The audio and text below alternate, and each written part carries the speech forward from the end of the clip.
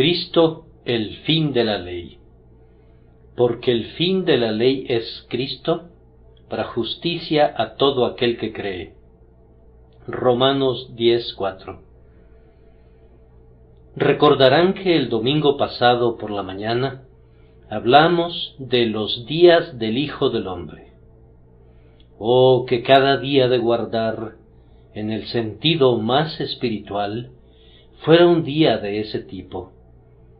Yo espero que nos esforzaremos por hacer de cada día del Señor, conforme lleguen, un día del Señor en que pensemos mucho en Jesús, en que nos regocijemos mucho en Él, en que trabajemos para Él, y en que de manera creciente elevemos una oración importuna, pidiendo que para Él sea la reunión de la gente. Pudiera suceder que ya no pasemos muchos domingos juntos, pues la muerte puede separarnos pronto. Pero mientras seamos capaces de reunirnos como una asamblea cristiana, no hemos de olvidar nunca que la presencia de Cristo es nuestra necesidad primordial, y debemos orar pidiéndola, y debemos suplicar al Señor que nos conceda siempre esa presencia en torrentes de luz, vida y amor. Yo procuro cada vez más solícitamente que cada tiempo de predicación sea un tiempo de salvación de almas. Puedo identificarme profundamente con lo que dijo Pablo.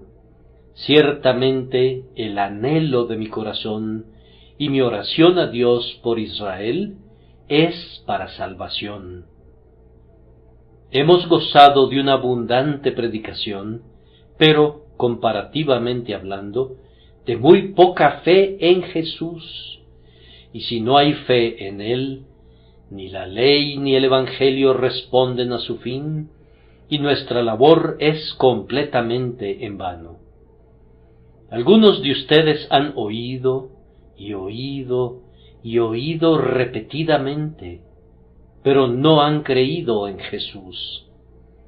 Si no hubieran oído el Evangelio, no serían culpables de rechazarlo.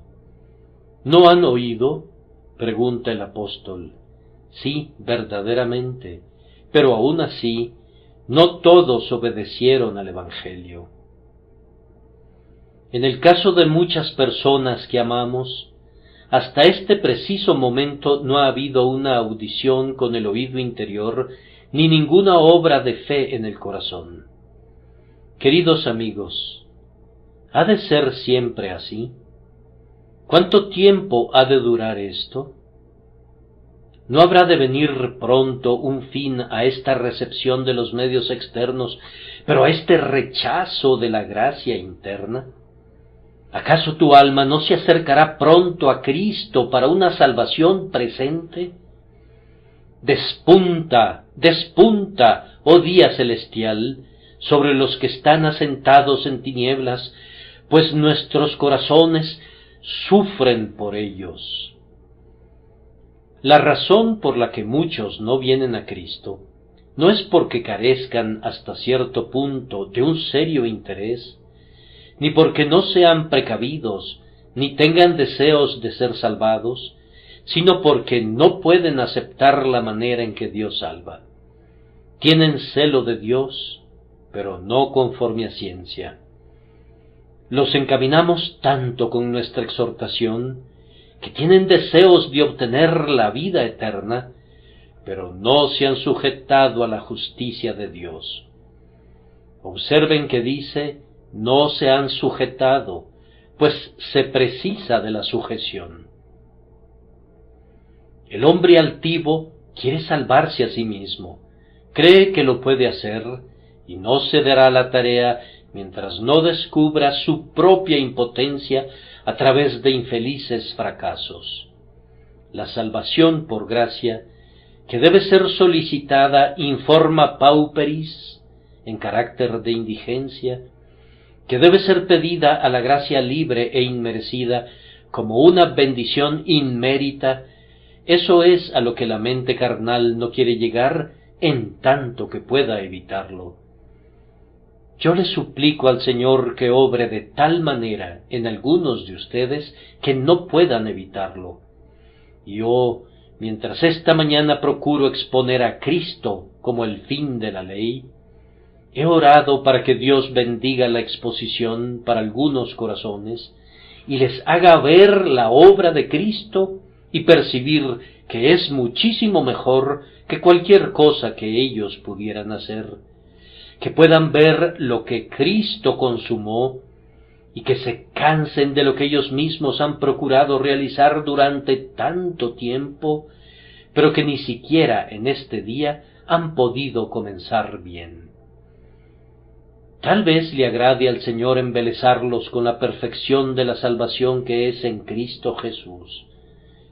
Como diría Bunyan, tal vez se les haga agua la boca, y una vez que se desarrolla un sagrado apetito, no tardará mucho tiempo para que disfruten el festín.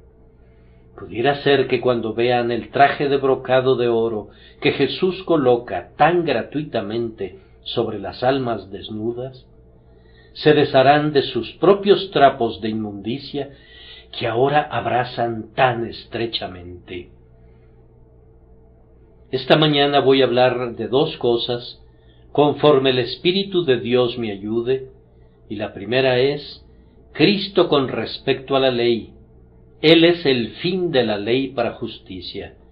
Y en segundo lugar, nosotros mismos con respecto a Cristo. A todo aquel que cree, Cristo es el fin de la ley para justicia. Primero, entonces, veremos a Cristo con respecto a la ley. Como pecadores, lo que más hemos de temer sobre todas las cosas es a la ley, pues el aguijón de la muerte es el pecado y la fuerza del pecado es la ley. La ley lanza contra nosotros llamas devoradoras, pues nos condena y en términos solemnes nos fija un lugar entre los malditos, según está escrito: maldito todo aquel que no permaneciere en todas las cosas escritas en el libro de la ley para hacerlas. Con todo, extraña infatuación, con la misma fascinación con que es atraído el mosquito a la vela que quema sus alas, los hombres vuelan por naturaleza a la ley en busca de salvación y no pueden alejarse de ella. La ley no puede hacer otra cosa que revelar el pecado y pronunciar una condenación sobre el pecador, y sin embargo, no podemos alejar a los hombres de ella, aun cuando les mostremos cuán dulcemente se interpone Jesús entre la ley y ellos. Están tan enamorados de la esperanza legal que se sujetan a ella aun cuando no tienen nada a qué aferrarse. Prefieren el Sinaí al Calvario, aunque el Sinaí no tiene nada para ellos sino truenos y trompetas que advierten del juicio venidero. Oh, que por un tiempo escucharan ávidamente mientras les expongo a Jesús, mi Señor, para que puedan ver a la ley en Él. Ahora, ¿qué tiene que ver nuestro Señor con la ley? Él tiene que ver con la ley en todos sentidos, pues Él es su fin para el más noble propósito, es decir, para justicia. Él es el fin de la ley. ¿Qué significa eso? Me parece que significa tres cosas. Primero, que Cristo es el propósito y objetivo de la ley. En segundo lugar, que Él es el cumplimiento de ella. Y en tercer lugar, que Él es su terminación. Primero, entonces, nuestro Señor Jesucristo es el propósito y objetivo de la ley. La ley fue dada para que nos condujera a Él. La ley es nuestro ayo para llevarnos a Cristo, o más bien nuestro acompañante que nos conduce a la escuela de Jesús. La ley es la gran red en la que son encerrados los peces para que puedan ser extraídos fuera del elemento del pecado. La ley es el viento tormentoso que lleva las almas al puerto de refugio. La ley es el oficial del alguacil que encierra a los hombres en prisión por sus pecados, concluyendo que todos ellos están bajo condenación, con el objeto de que pongan su mirada únicamente en la gracia inmerecida de Dios para liberación. Ese es el objetivo de la ley, vacía para que la gracia pueda llenar y hiere para que la misericordia pueda sanar. La intención de Dios para con nosotros, como hombres caídos, no ha sido jamás que la ley sea considerada como un camino de salvación para nosotros, pues no puede ser jamás un camino de salvación. Si el hombre no hubiese caído nunca, si su naturaleza hubiese permanecido como Dios la hizo, la ley habría sido sobremanera útil para él, para mostrarle el camino en que debería andar, y guardándola habría vivido, pues el que hiciere estas cosas vivirá por ellas. Pero desde que el hombre cayó, el Señor no le ha propuesto nunca un camino de salvación por obras, pues sabe que eso es imposible para una criatura pecadora. La ley ya ha sido quebrantada, y sin importar lo que pudiera hacer el hombre, no puede reparar el daño que ya ha hecho. Por tanto, en lo que respecta a la esperanza de mérito, eso está fuera de toda consideración. La ley exige perfección, pero el hombre ya ha resultado deficiente, y por tanto, aunque hiciera su mejor esfuerzo, no podría cumplir con lo que es absolutamente esencial. La ley tiene por objeto conducir al pecador a la fe en Cristo, mostrándole la imposibilidad de cualquier otro camino. Es el perro negro que sirve para llevar a las ovejas al pastor, es el calor ardiente que lleva al viajero a la sombra del gran peñasco en tierra calurosa. Isaías 32:2. Miren cómo se adapta la ley para eso, pues, primero que nada, le muestra al hombre su pecado. Lean los 10 mandamientos y tiemblen al hacerlo. ¿Quién podría colocar su propio carácter lado a lado con las 2 tablas del precepto divino sin verse convencido de inmediato de que no ha cumplido con la norma? Cuando la ley se hace clara para el alma, es como una luz en un cuarto oscuro que revela el polvo y la suciedad que de otra manera habrían pasado desapercibidos. Es la prueba que detecta la presencia del veneno del pecado en el alma. Yo sin la ley vivía en un tiempo, dijo el apóstol, pero venido el mandamiento, el pecado revivió y yo morí. Nuestra belleza se desvanece por completo cuando la ley sopla sobre ella. Miren los mandamientos, les digo, y recuerden cuán grande amplitud tienen, cuán espirituales son y cuál es su gran alcance. No tocan simplemente el acto externo, sino que se sumergen en el motivo interno y tratan con el corazón, con la mente y con el alma. Hay un significado más profundo en los mandamientos del que pareciera ver en la superficie. Fijen la mirada en sus profundidades y vean cuán terrible es la santidad que exigen. Conforme entiendan lo que la ley exige, percibirán cuán lejos están de cumplirla y cómo abunda el pecado allí donde pensaban que era muy escaso o inexistente. Pensabas que eras rico y que te habías enriquecido y que no necesitabas nada, pero cuando la ley quebrantada te visita, tu bancarrota espiritual y tu total penuria te miran en la cara. Una verdadera balanza descubre un faltante en el peso, y ese es el primer efecto de la ley en la conciencia del hombre. La ley también muestra el resultado y la maldad del pecado. Miren los tipos de la antigua dispensación mosaica y vean cómo tenían el propósito de conducir a los hombres a Cristo, haciéndoles ver su condición inmunda y su necesidad de una limpieza que sólo Él puede proporcionar. Cada tipo apuntaba a nuestro Señor Jesucristo. Si los hombres eran apartados por motivo de enfermedad o inmundicia, eran conducidos a ver cómo el pecado los separaba de Dios y de su pueblo.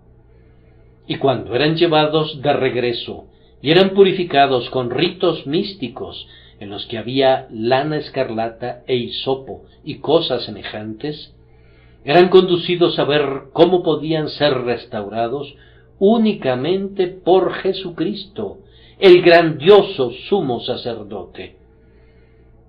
Cuando el ave era sacrificada para que el leproso pudiera ser purificado, se exponía la necesidad de la purificación mediante el sacrificio de una vida.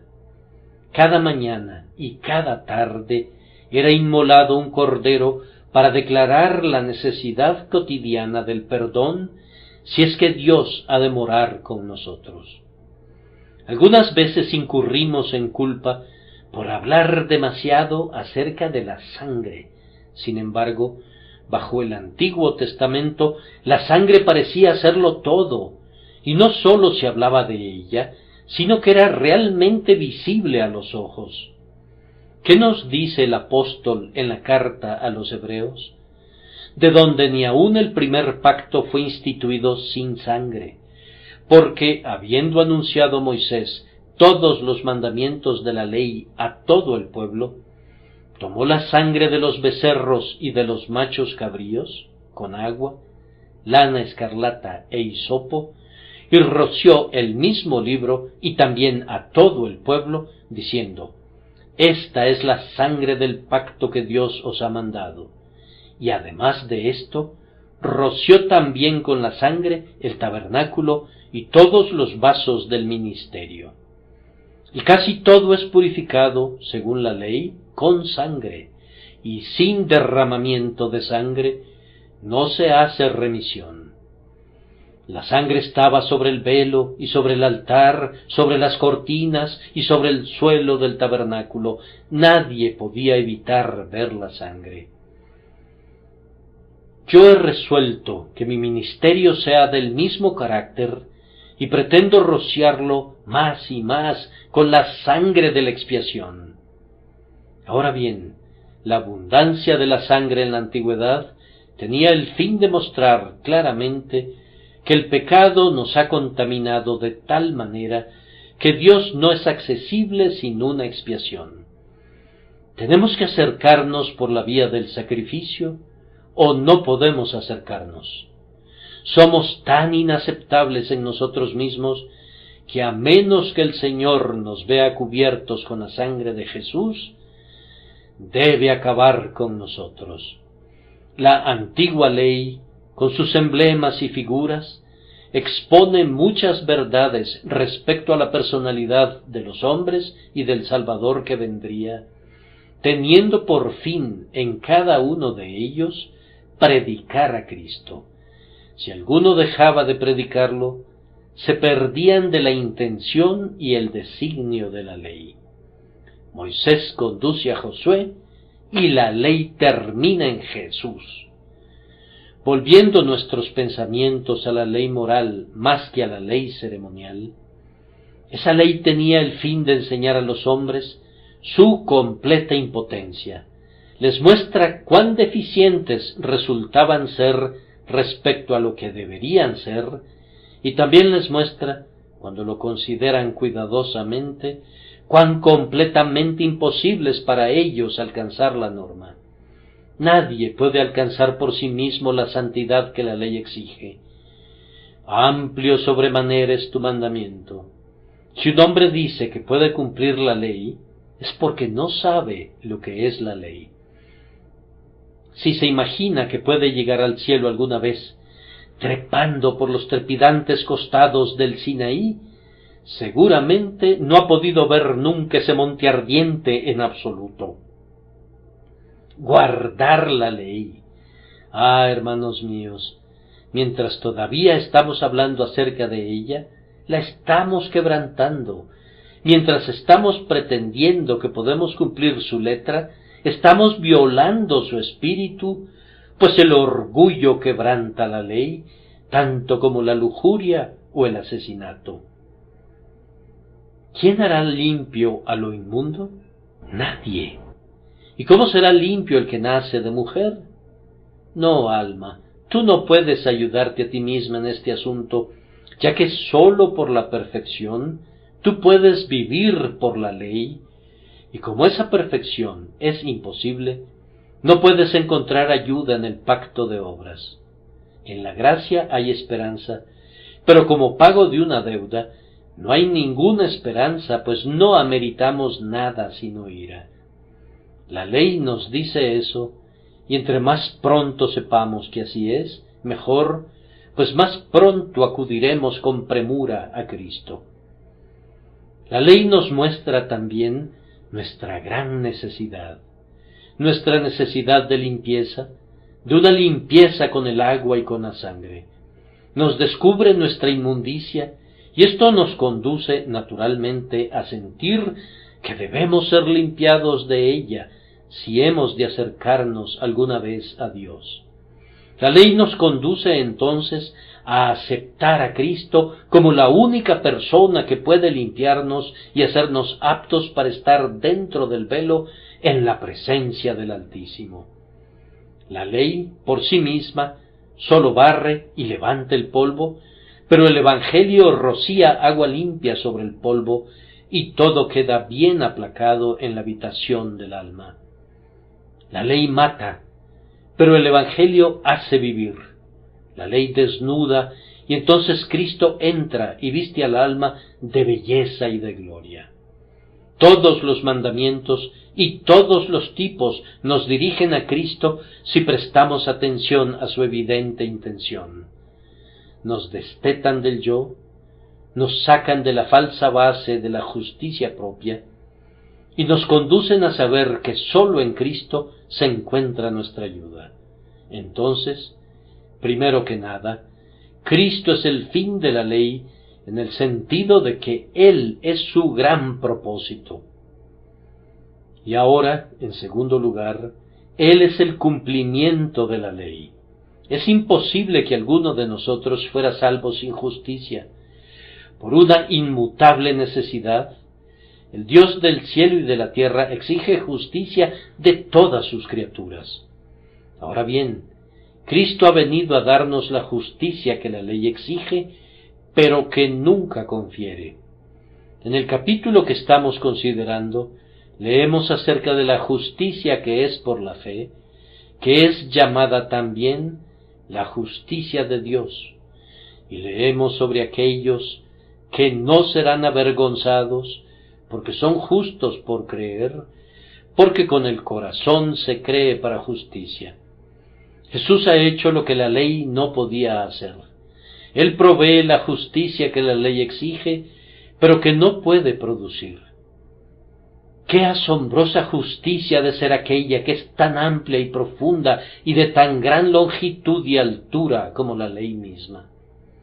El mandamiento es sobremanera amplio, pero la justicia de Cristo es tan amplia como el mandamiento y llega hasta sus límites. Cristo no vino para suavizar la ley, o para hacer posible que nuestra agrietada y maltratada obediencia sea aceptada como una suerte de compromiso.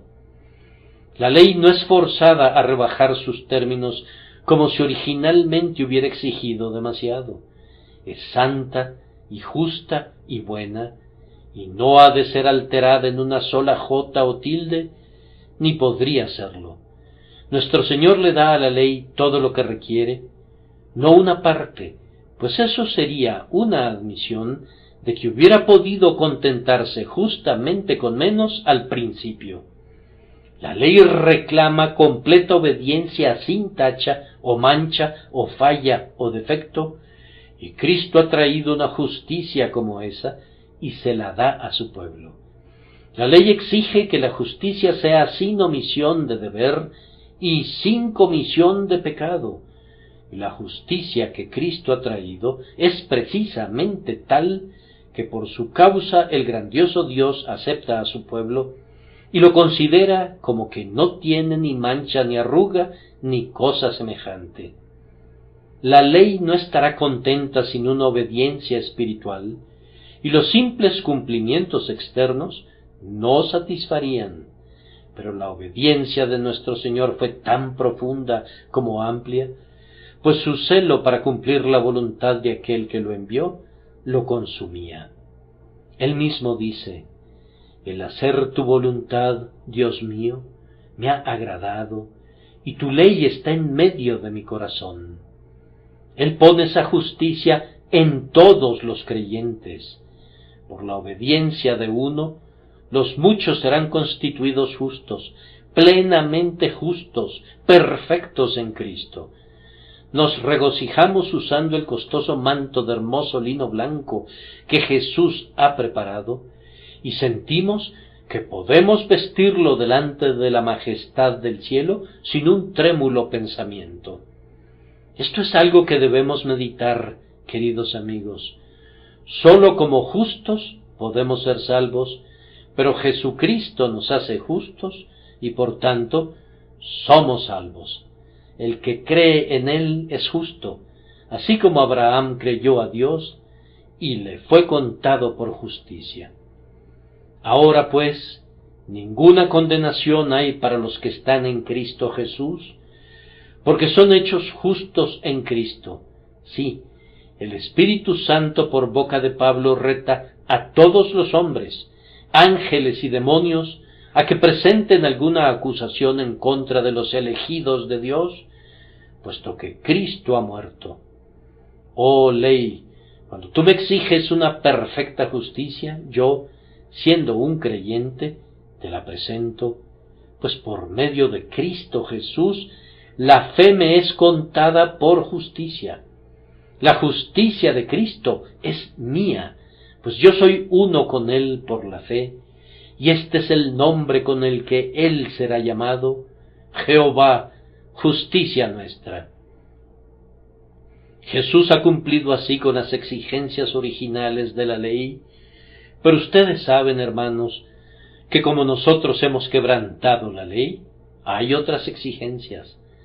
Para la remisión de pecados pasados, se pide ahora algo más que la obediencia presente y futura. Por culpa de nuestros pecados, sobre nosotros ha sido pronunciada la maldición y hemos incurrido en un castigo.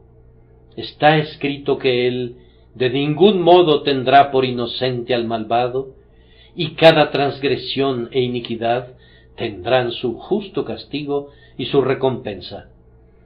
Admiremos entonces que el Señor Jesucristo es el fin de la ley en cuanto al castigo.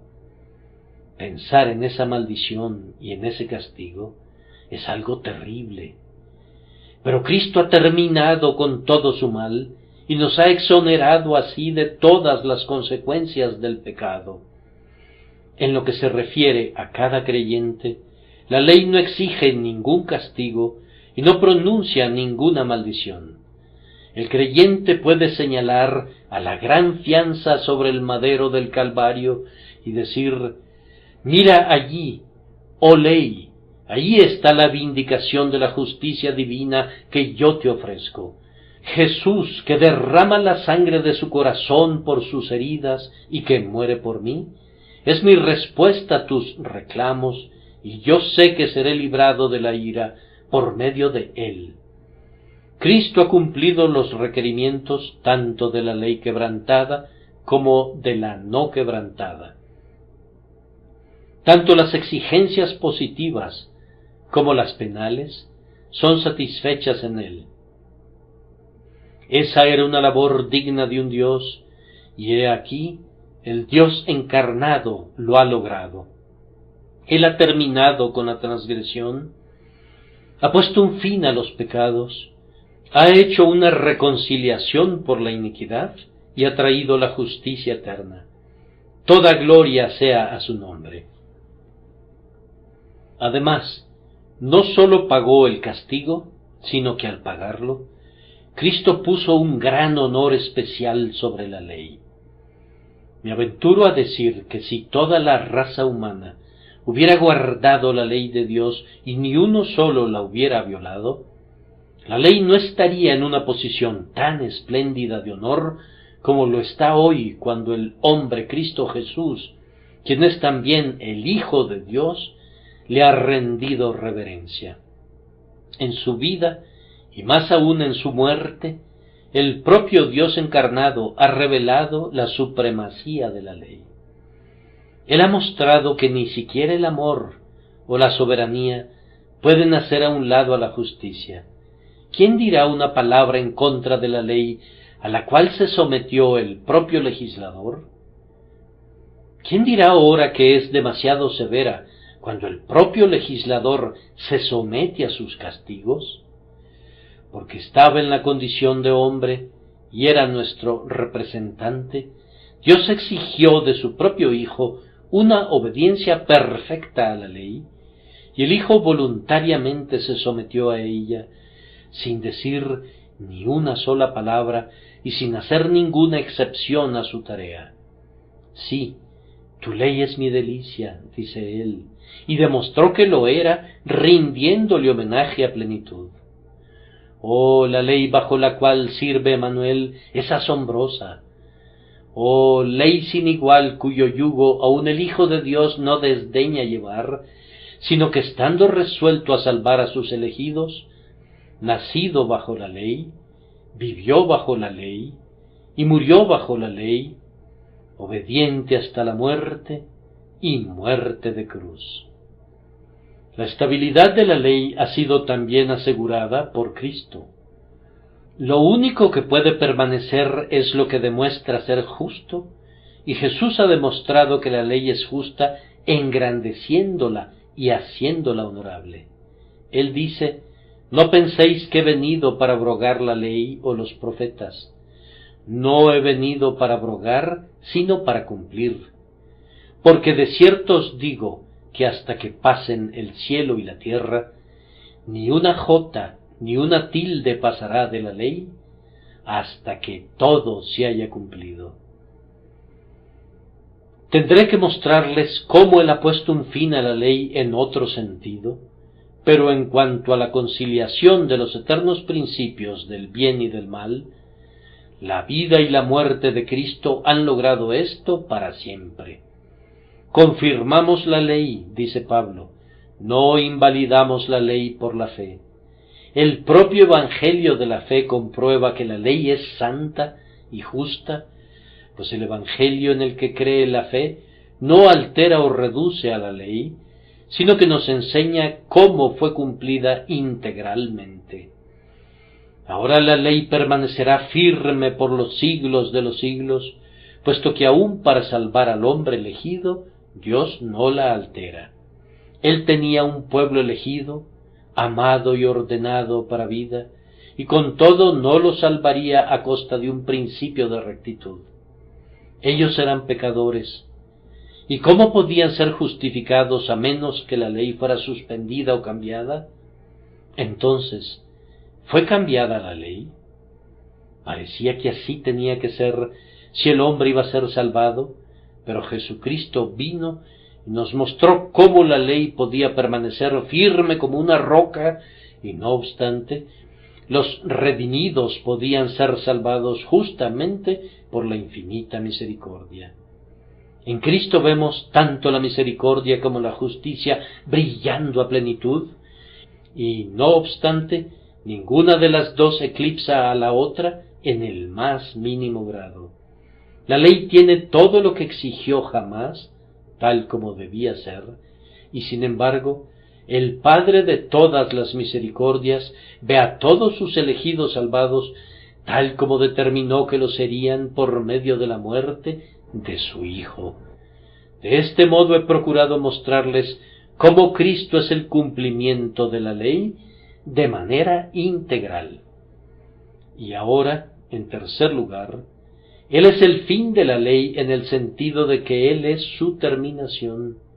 Él ha terminado con la ley en dos sentidos. Primero que nada, su pueblo no está bajo la ley como un pacto de vida. No estamos bajo la ley, sino bajo la gracia. El antiguo pacto, según estuvo vigente con el padre Adán, era: haz esto y vivirás. Adán no guardó el mandato y en consecuencia no vivió, ni tampoco vivimos nosotros en él, puesto que todos morimos en Adán. El antiguo pacto fue quebrantado y por esa razón todos quedamos condenados, pero ahora, habiendo sufrido la muerte en Cristo, ya no estamos más bajo el pacto, sino que estamos muertos para él. Hermanos, en este momento, aunque nos regocijamos haciendo buenas obras, no buscamos la vida por medio de ellas, no esperamos obtener el favor divino por nuestra propia bondad, y ni siquiera esperamos mantenernos en el amor de Dios por algún mérito nuestro, siendo elegidos no por nuestras obras, sino según el puro afecto de su voluntad eterna, siendo llamados no por obras, sino por el Espíritu de Dios, deseamos continuar en esta gracia y no regresar más a la servidumbre del antiguo pacto. Puesto que hemos depositado nuestra confianza en una expiación provista y aplicada por gracia, por medio de Cristo Jesús, ya no somos más esclavos, sino hijos. No obramos para ser salvos, sino que ya somos salvos, y estamos obrando porque somos salvos. Ni lo que hacemos, y ni siquiera lo que el Espíritu de Dios obra en nosotros, es para nosotros el fundamento y la base del amor de Dios por nosotros, puesto que Él nos amó desde el principio porque quiso amarnos, indignos como éramos. Y Él nos ama aún en Cristo y nos mira no como somos en nosotros mismos, sino como somos en Él, lavados en su sangre y cubiertos con su justicia. Ustedes no están bajo la ley. Cristo los ha sacado de la esclavitud servil de un pacto condenatorio y los ha hecho recibir la adopción de hijos, de tal manera que ahora claman: Abba, Padre. Además, Cristo ha terminado con la ley, pues ya no estamos más bajo su maldición. La ley no puede maldecir a un creyente, pues no sabe cómo hacerlo. Lo bendice, sí, y será bendecido, pues como la ley exige justicia, y mira al creyente en Cristo y ve que Jesús le ha dado toda la justicia que exige, la ley está obligada a pronunciarlo bendecido. Bienaventurado aquel cuya transgresión ha sido perdonada y cubierto su pecado. Bienaventurado el hombre a quien Jehová no culpa de iniquidad, y en cuyo espíritu no hay engaño. Oh, el gozo de ser redimidos de la maldición de la ley por Cristo, quien fue hecho por nosotros maldición. Como está escrito: maldito todo el que es colgado en un madero. Hermanos míos, ¿entienden el dulce misterio de la salvación? ¿Han visto alguna vez a Jesús ocupando el lugar de ustedes para que ustedes pudieran ocupar su lugar? Cristo fue acusado, y Cristo fue condenado, y Cristo fue llevado a la muerte, y Cristo fue herido por el Padre hasta la muerte, y por esa razón ustedes son absueltos, justificados y librados de la maldición, porque la maldición se ha cumplido en su Redentor. Ustedes son admitidos a disfrutar de la bendición, porque la justicia que era suya ha sido transferida ahora a ustedes, para que puedan ser bendecidos por el Señor por todos los siglos. Triunfemos y regocijémonos en esto perennemente. ¿Por qué no habríamos de hacerlo? Y sin embargo, algunos miembros del pueblo de Dios se someten a la ley en cuanto a sus sentimientos y comienzan a temer que porque están conscientes del pecado, no son salvos a pesar de que está escrito: Él justifica al impío. En lo que a mí respecta, me encanta vivir cerca de un Salvador del pecador. Si mi condición delante del Señor dependiera de lo que yo soy en mí mismo, y de qué buenas obras y qué justicia pudiera ofrecer, ciertamente yo tendría que condenarme 1000 veces al día. Pero si me aparto de eso y digo, yo he creído en Jesucristo y por tanto la justicia es mía, eso es paz, reposo y el principio del cielo. Cada uno logra esa experiencia, su amor por Jesucristo comienza a arder, y uno siente que si el Redentor le ha librado de la maldición de la ley, no continuará en el pecado, sino que se esforzará por vivir una vida nueva. Nosotros no nos pertenecemos, hemos sido comprados por precio, y por tanto, queremos glorificar a Dios en nuestros cuerpos y en nuestros espíritus que le pertenecen al Señor. Esto basta en cuanto a Cristo con respecto a la ley. Ahora, en segundo lugar, tenemos que vernos a nosotros mismos con respecto a Cristo, pues el fin de la ley es Cristo para justicia a todo aquel que cree. Ahora vean el punto, a todo aquel que cree. Ahí se ubica el énfasis. Vamos, varón, mujer, ¿creen ustedes? No puede hacerse ninguna otra pregunta de mayor peso bajo el cielo. ¿Crees tú en el Hijo de Dios? ¿Y qué es lo que debe creerse? No se trata de aceptar meramente un conjunto de doctrinas y decir que tal y tal credo es tuyo para luego ponerlo sobre el anaquel y olvidarlo. Creer es confiar, depender, descansar en, reposar en. ¿Crees tú que Jesucristo resucitó de los muertos?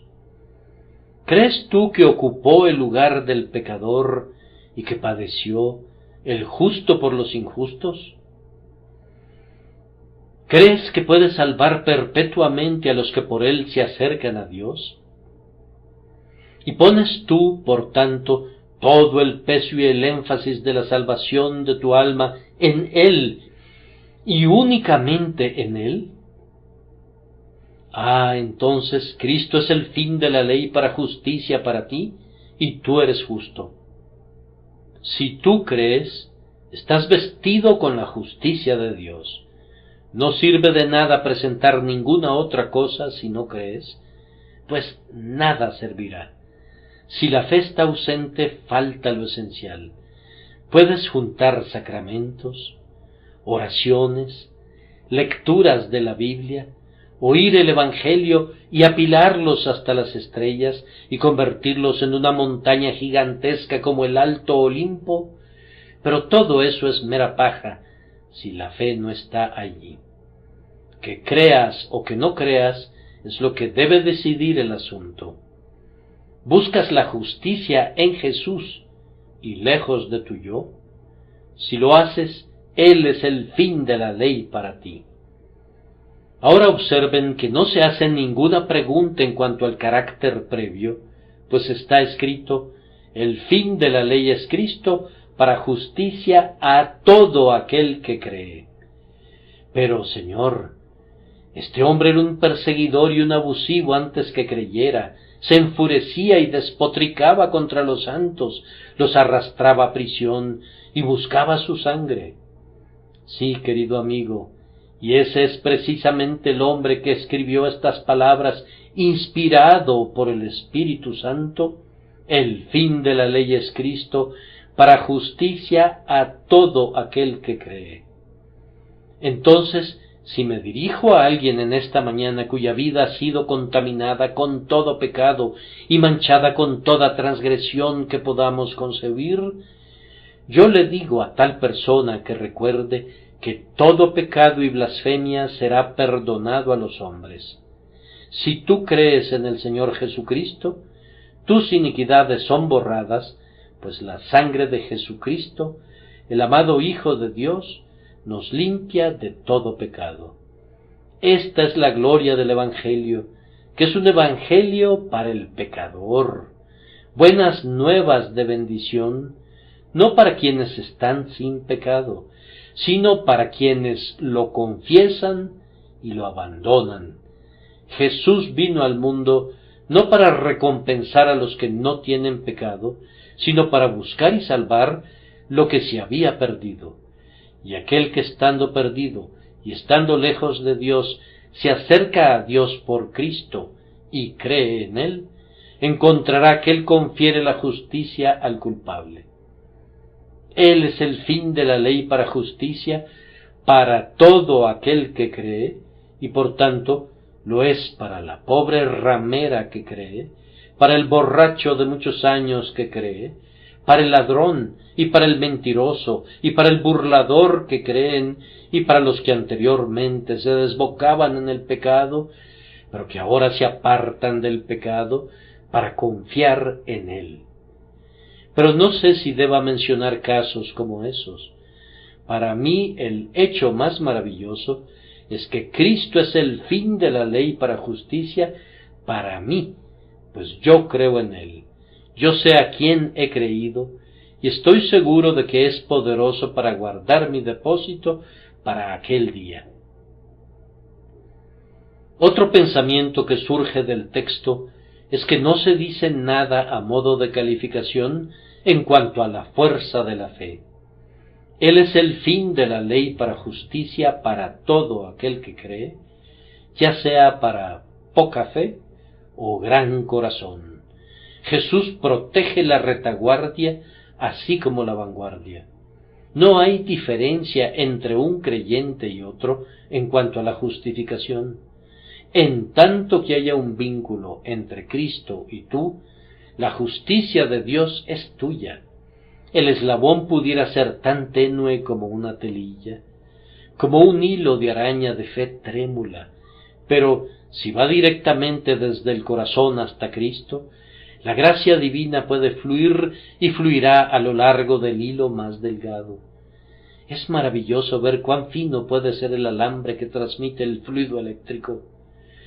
Pudiéramos necesitar un cable para transmitir un mensaje a través del mar, pero eso es sólo para la protección del alambre.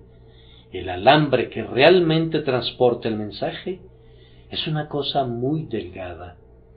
Aunque tu fe fuera del tipo del grano de mostaza, aunque fuera algo que sólo toca trémulamente el borde del manto del Salvador, basta con que digas: Señor, creo, ayuda a mi incredulidad. Con sólo que fuese la fe de Pedro al momento de hundirse, o la de María en su llanto, con todo, si fuera fe en Cristo, Él será el fin de la ley para justicia para ti, de la misma manera que lo fue para el primero de los apóstoles. Si esto es así, entonces, queridos amigos, todos los que creemos somos justos.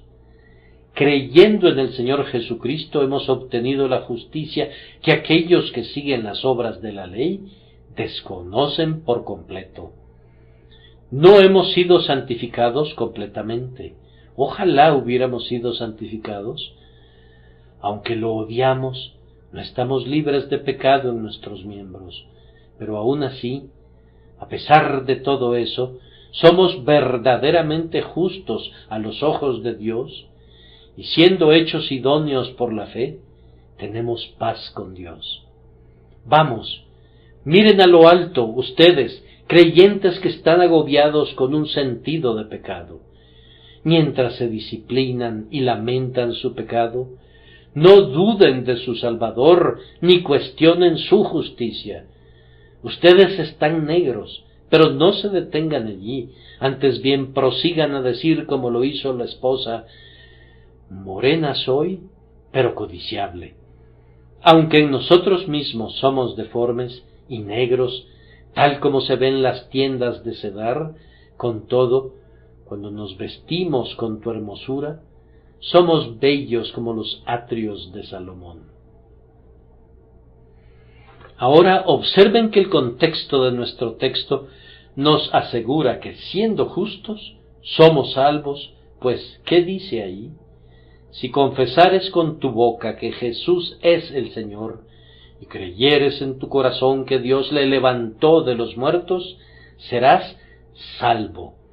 El que es justificado es salvado, pues si no, ¿cuál sería el beneficio de la justificación? Sobre ti, oh creyente, Dios ha pronunciado el veredicto de salvado y nadie lo revertirá. Eres salvado del pecado y de la muerte y del infierno. Eres salvado aún ahora con una salvación presente, quien nos salvó y llamó con llamamiento santo. Siente el embelesamiento por ello en esta hora.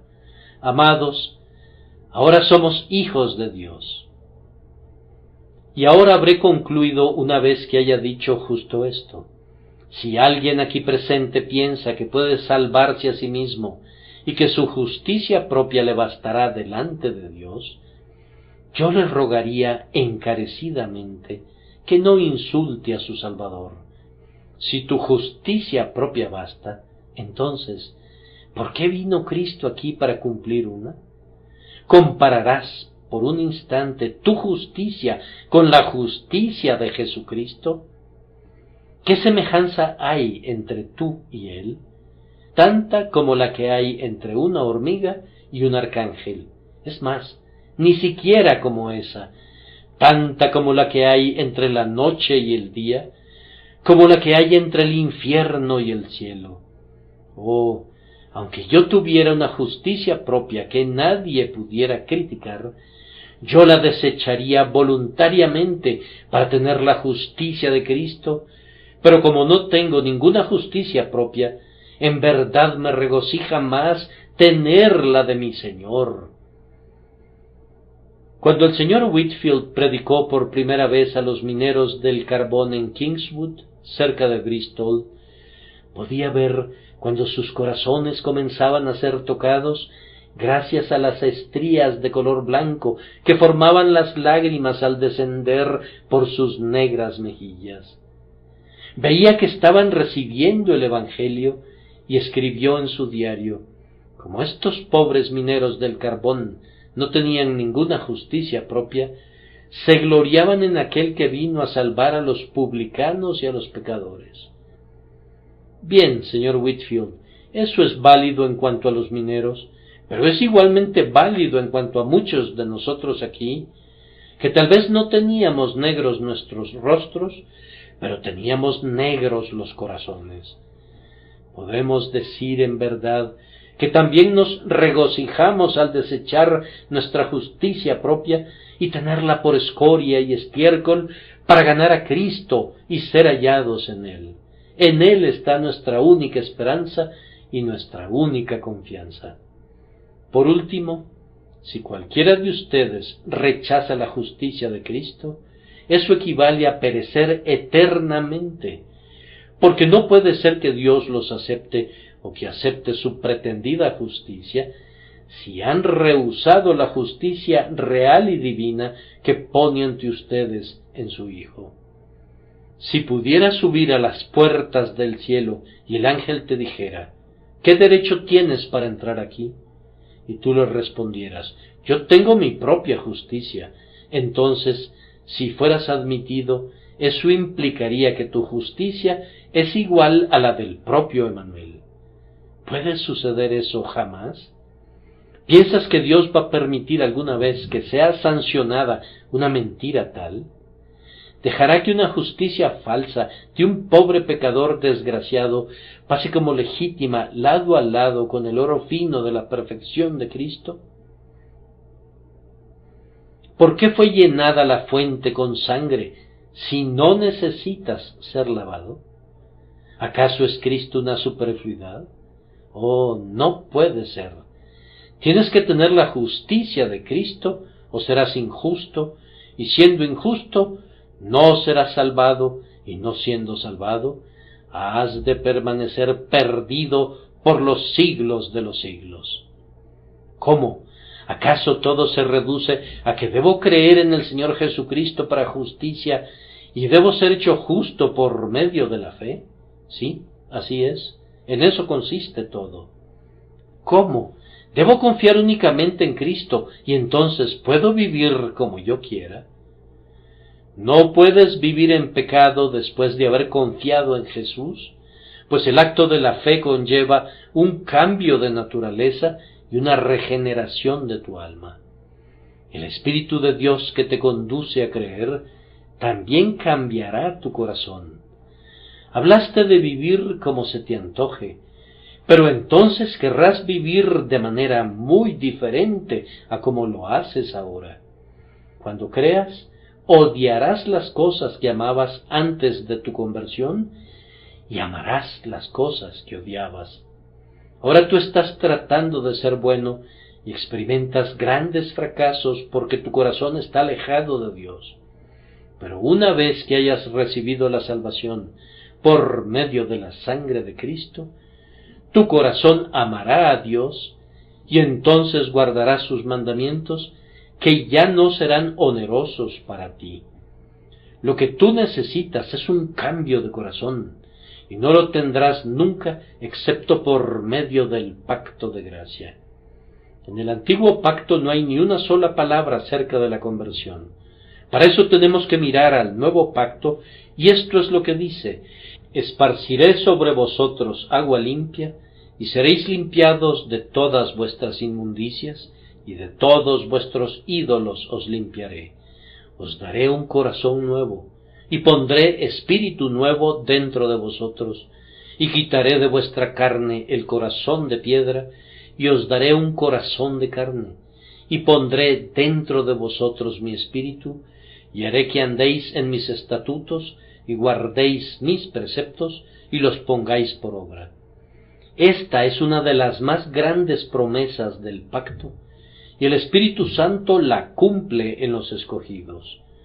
Oh, que el Señor los persuada tiernamente a creer en el Señor Jesucristo, y esa promesa y todos los otros compromisos del pacto serán cumplidos en tu alma. Que el Señor los bendiga. Espíritu de Dios, envía tu bendición sobre estas pobres palabras mías, por nuestro Señor Jesucristo. Amén.